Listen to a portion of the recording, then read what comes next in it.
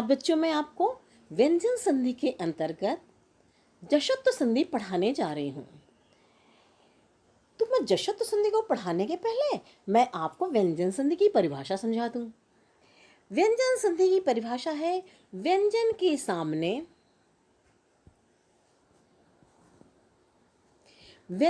के सामने स्वर अथवा व्यंजन के आने पर जो परिवर्तन होता है उसे व्यंजन संधि कहते हैं।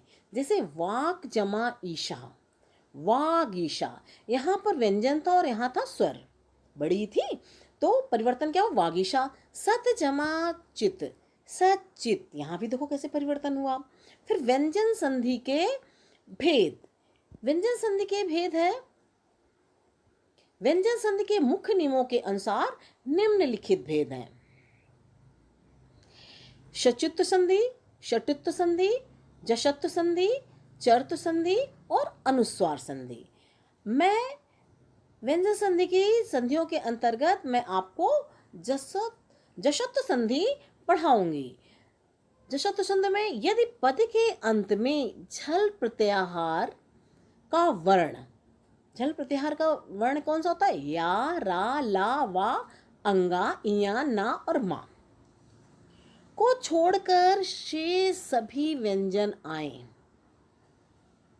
तथा बाद में कोई भी अन्य वर्ण हो, को छोड़कर शेष सभी व्यंजन आए अथवा बाद में कोई भी अन्य वर्ण हो तो उसके स्थान पर जश यानी उसी वर्ग का तीसरा अक्षर हो जाता है। जलाम जशोहंते, तीसरा अक्षर कौन होता है, जैसे का तीसरा अक्षर गा है, का खा गा। चा का कौन सा तीसरा अक्षर है, चा छा जा। और टा का टा ठा डा है। ये होते हैं तीसरे अक्षर। अब हम आपको आगे का समझाते हैं।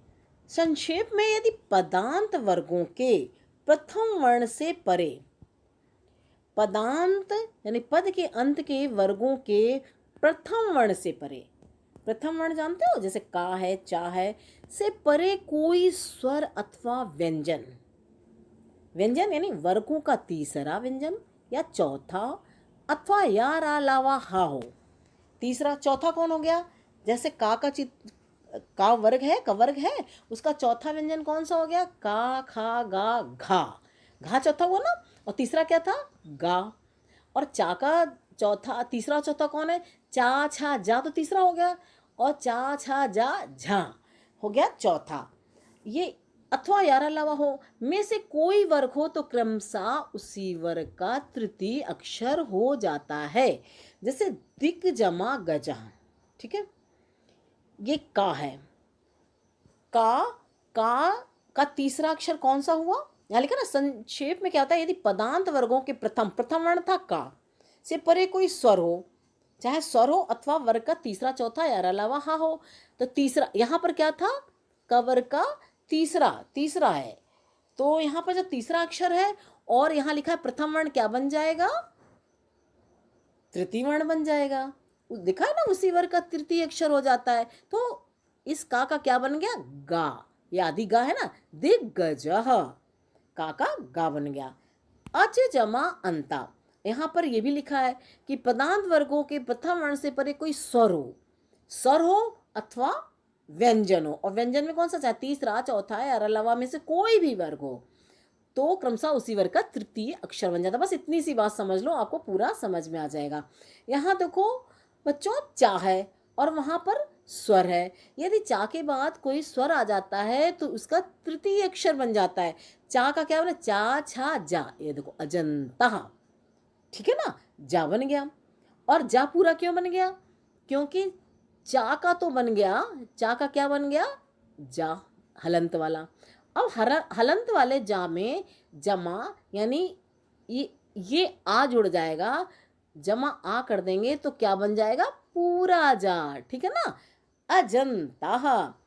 अप जमा जह, तो यहाँ पर पा है तो पा का तृतीय वर्ण कौन सा है, पा फा बा, तो देखा ना, अब जह पा का बा बन गया। और जैसे मैंने ये अभी चा का समझाया, ये चा हलंत वाली मैंने बनाई थी, जा हलंत वाली है तो, और ये हलंत वाली जा और आ को मिला के ये पूरी जा बन गई। ऐसे ही पा बन जाएगा।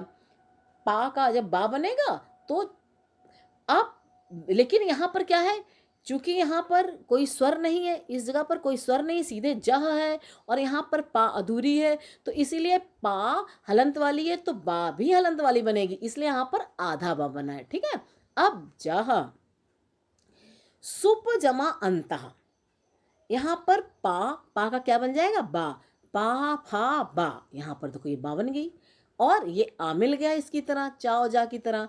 सुबंतः, सुबंतः, जगत जमा याति। अब आप देखिए, जगत जमा याति, इसको थोड़ा सा नीचे कर लूं। ठीक है, जगत जमा याति, ता का तीसरा वर्ण क्या होता है, ता था दा, दा होता है ना, तो यहां पर क्या बन गया, दा, और या मिल गया जगत द्याति।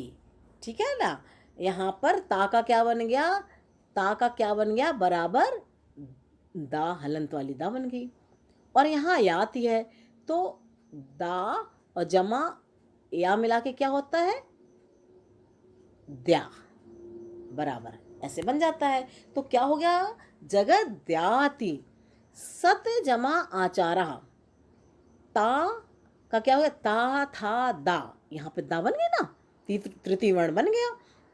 जशत संधि में का जो नियम उसके अनुसार इसका क्या हो जाएगा, यानी प्रथम अक्षर के आगे कोई तृतीय, प्रथम अक्षर के आगे कोई व्यंजन आ जाए या स्वर आ जाए और यार अलावा आ जाए तो क्या बन जाता है, तृतीय अक्षर। तो यहाँ पर क्या हो गया, सदाचारः, अच जमा आदि, चा का क्या बन गया, जा, चा छा जा, आजादी। ठीक है ना, जा में बड़ा जुड़ गया तो बड़ा जा बन गया। वाक जमा ईशा, यहाँ का तृतीय वर्ण क्या है, का खा गा, वागीशः, वागीशः। जगत जमा ईशः, यहाँ पर ता का तृतीय वर्ण क्या है, ता था दा, तो यहाँ पर ये दा है और ये बड़ी की मात्रा लग गई, जगदीशः। षट जमा आननः, यहाँ देखो प्रथम वर्ग के प्रथम अक्षर के आगे स्वर है, और स्वर है तो क्या हो गया, इसका तृतीय वर्ण बन गया। जैसे वाक जमा ईशा का बन गया था, वागीशा हो गया था, जगत जमा ईशा में जगदीशा हो गया। षट, अब टा का तीसरा वर्ण क्या है, टा ठा डा, तो षडाननः, डा में बड़े के बड़ा लग गया, जुड़ गया, जब उससे मिक्स हो गया क्या, षडाननः।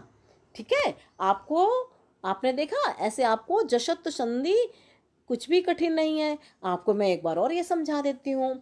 संक्षेप में यदि आप ध्यान दीजिए, यहाँ पर देखिए, संक्षेप में यदि पदांत वर्गों के प्रथम वर्ण से परे, प्रथम वर्ण से परे कोई स्वर, जैसे मैंने वाक जमा ईशा समझाया था, वागीशा हो गया था, कोई स्वर अथवा व्यंजन हो, व्यंजन यानी वर्गों का तीसरा, चौथा अथवा यारा लावा हो। ठीक है, यारा लावा हो, उनमें से कोई वर्ग हो तो क्रमशः उसी वर्ग का क्या बन जाता है, तृतीय अक्षर।